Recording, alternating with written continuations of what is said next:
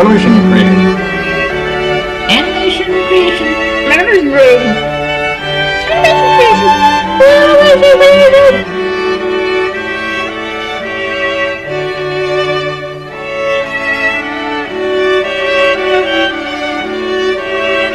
Animation creation.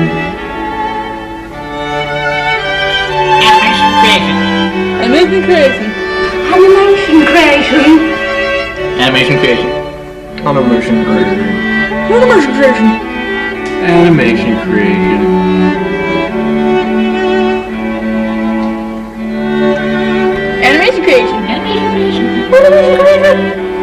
Animation creation. Animation creation. Animation creation. Animation creation. Animation creation.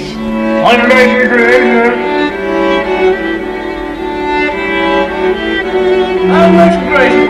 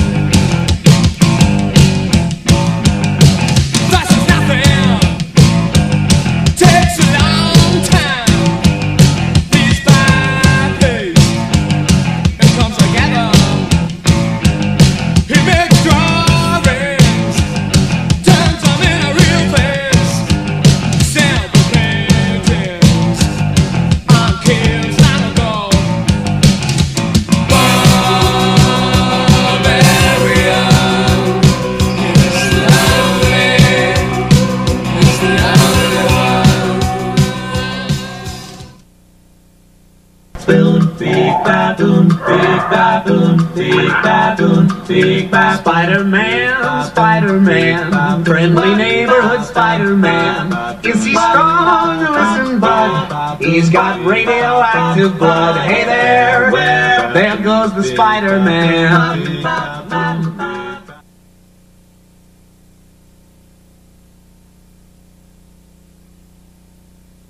Don't put all the wood chips out. Yeah, don't hold it back.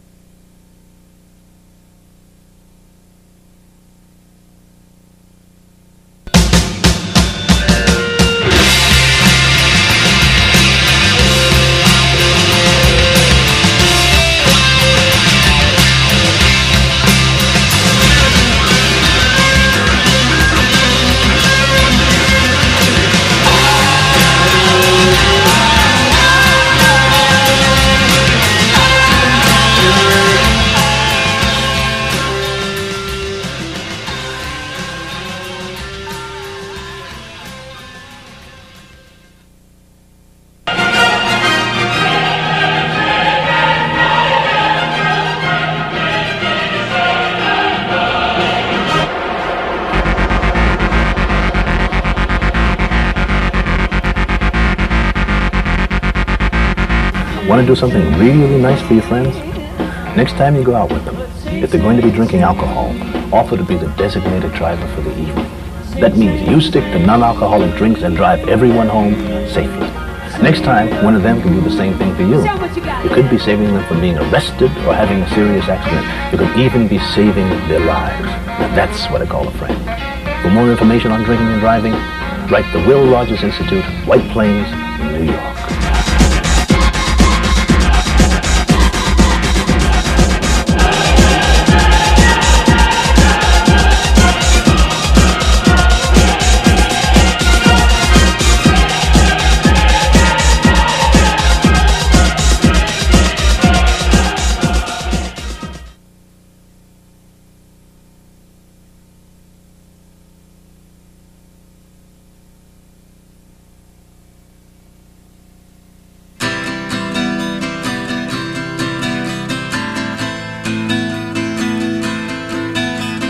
This is a no Godzilla flick. This is a no Godzilla flick. People that you love never going to say hello again. It's only in the movies.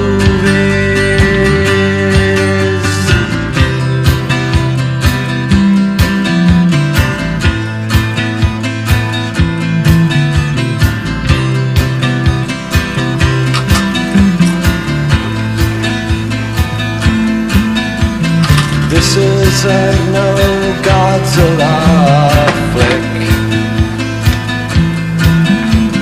This is a no Clint Eastwood flick.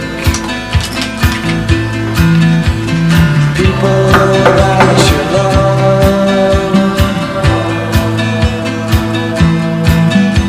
shooting the life out of themselves, and it's only in the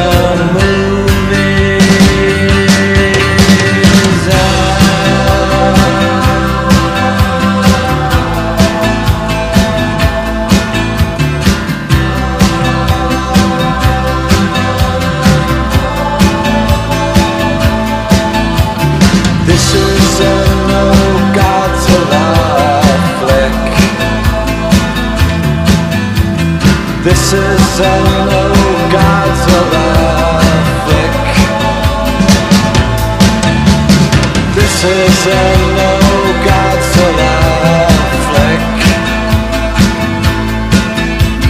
No, this time I think is really it. And it's only in the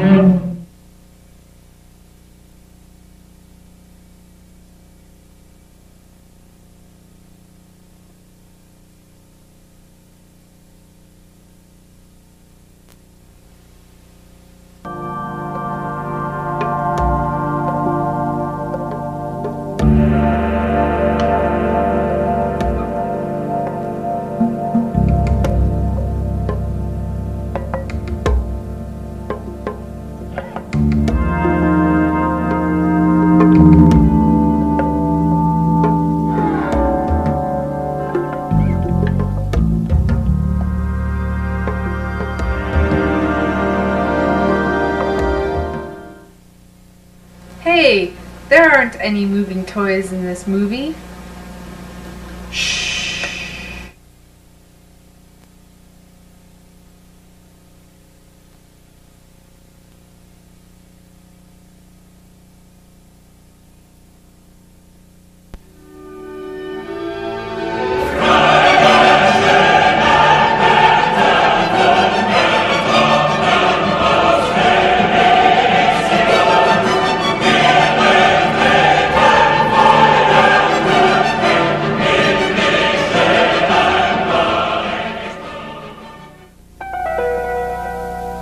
Endangered species?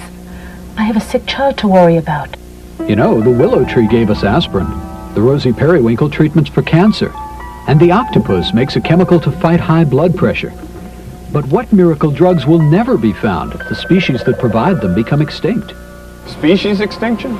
We've got our hands full trying to feed our family. Food crops are made more bug and disease resistant by crossing them with wild plants. That can mean lower prices. Look, I got a business to run. Well, that wax he's using comes from the carnauba plant. And simple seaweeds benefit all kinds of businesses with ingredients for paints, fire extinguishers, and hundreds of foods. Fact is, there's something in nature for everyone.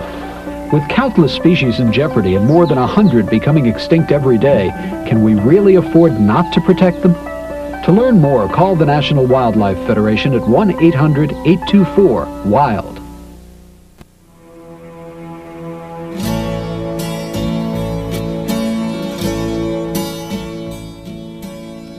Hopefully by the next episode, we'll have some budget left over to record the commentary in a decent set. See you next time.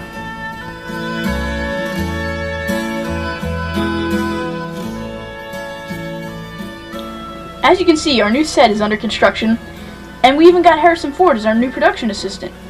I'm your host, Kevin, and this is my cohort, Derek.